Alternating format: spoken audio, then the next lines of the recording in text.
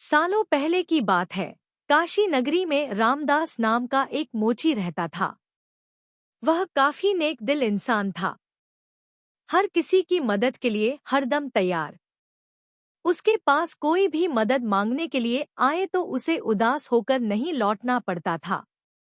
एक दिन मोची रामदास रोज की तरह अपना मोची का सामान लेकर अपनी दुकान में बैठा हुआ था।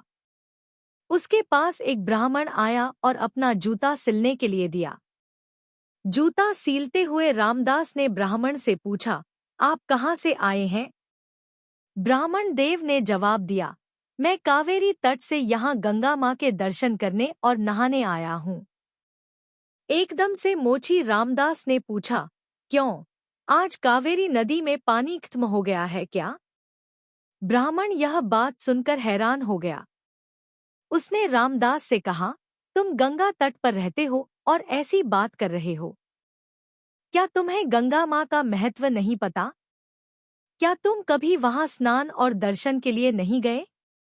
रामदास ने जवाब दिया, ना मुझे महत्व पता है और ना मैंने कभी वहां स्नान किया है।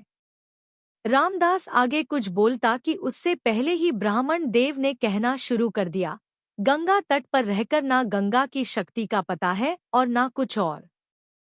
तभी तो तुम्हारे भाग फूटे हुए हैं। उसके बाद ब्राह्मण ने रामदास को गंगा माँ की महिमा सुनाई। ब्राह्मण की बातें सुनने के बाद रामदास ने कहा, अपना मन साफ हो तो हर तट का पानी गंगा है।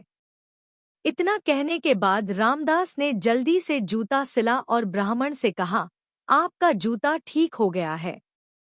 अब गंगा किनारे जाते हुए क्या आप मुझ पर एक एहसान करेंगे? ब्राह्मण देव ने कहा, जरूर, बताओ क्या करना है। रामदास ने अपने जेब से एक साबुत सुपारी का टुकड़ा निकला और कहा, आप जब गंगा में स्नान करेंगे तब उन्हें यह साबुत सुपारी अर्पण कर देना।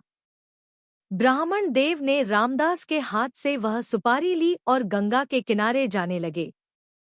वहां स्नान करने के बाद ब्राह्मण देव ने हाथ में सुपारी लेकर गंगा माँ को पुकारते हुए कहा, माँ, यह रामदास ने आपके लिए भेजा है, इसे स्वीकार कीजिए। इतना कहकर ब्राह्मण देव ने उस साबुत सुपारी को गंगा में बहा दिया।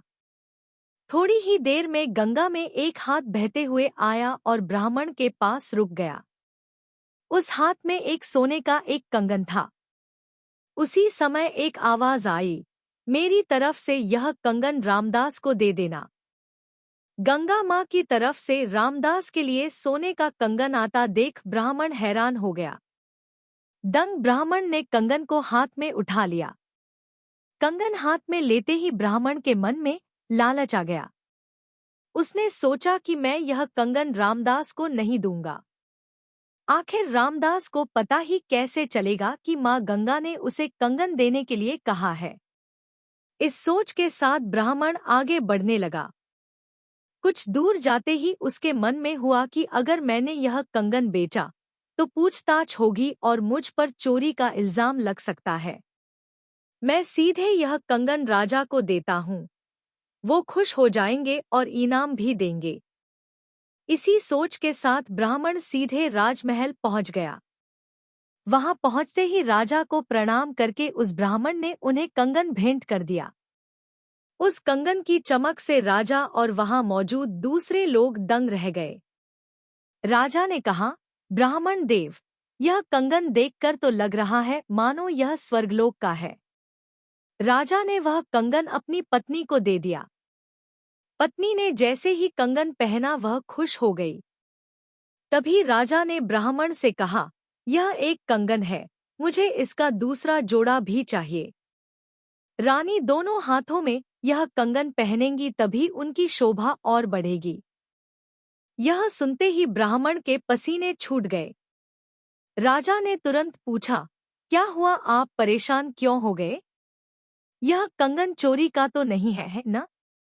तुरंत ब्राह्मण ने जवाब दिया, नहीं नहीं राजा साहब, यह चोरी का नहीं है।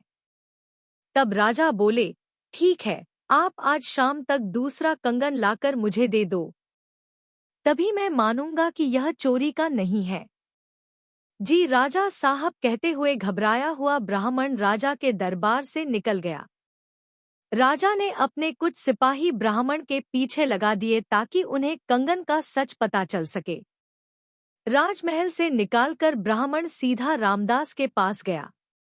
उसने गंगा माँ द्वारा दिए गए कंगन, उसके मन के लालच और राजा की फरमाइश सबके बारे में रामदास को बता दिया। उसके बाद रामदास से पूछने लगा कि दूसरा कंगन कैसे हासिल होगा। रामदास ने ब्राह्मण की सारी बातें सुनने के बाद अपनी दोनों आंखें बंद कर ली। उसके बाद रामदास ने हाथ जोड़कर गंगा माँ से ब्राह्मण को बचाने की विनती की। 1 मिनट के बाद रामदास ने अपने सामने रखी एक बाल्टी में हाथ डाला और उससे वैसा ही कंगन निकाल लिया। ब्राह्मण यह देखकर हैरान हो गया। उसका पीछा कर रहे राजा के सिपाही भी यह चमत्कार देखकर दंग हो गए। यह सब देखकर वो सीधे राजा के पास पहुंच गए और उन्हें सारी बातें बता दी। इधर ब्राह्मण भी रामदास को धन्यवाद कहकर कंगन लेकर राजमहल निकल गया। वहां पहुंचते ही ब्राह्मण ने राजा को कंगन दे दिया। राजा ने उससे कुछ नहीं पूछा और चुपचाप कंगन ले लिया। कंगन लेने के बाद राजा खुद अपने सिपाहियों के साथ रामदास की दुकान पर गए और रामदास को गंगा माँ की भक्ति के लिए इनाम दिया। कहानी से सीख: इंसान सिर्फ दिखावा करके कुछ हासिल नहीं कर सकता। भक्ति, मान सम्मान सब दिल से होना चाहिए।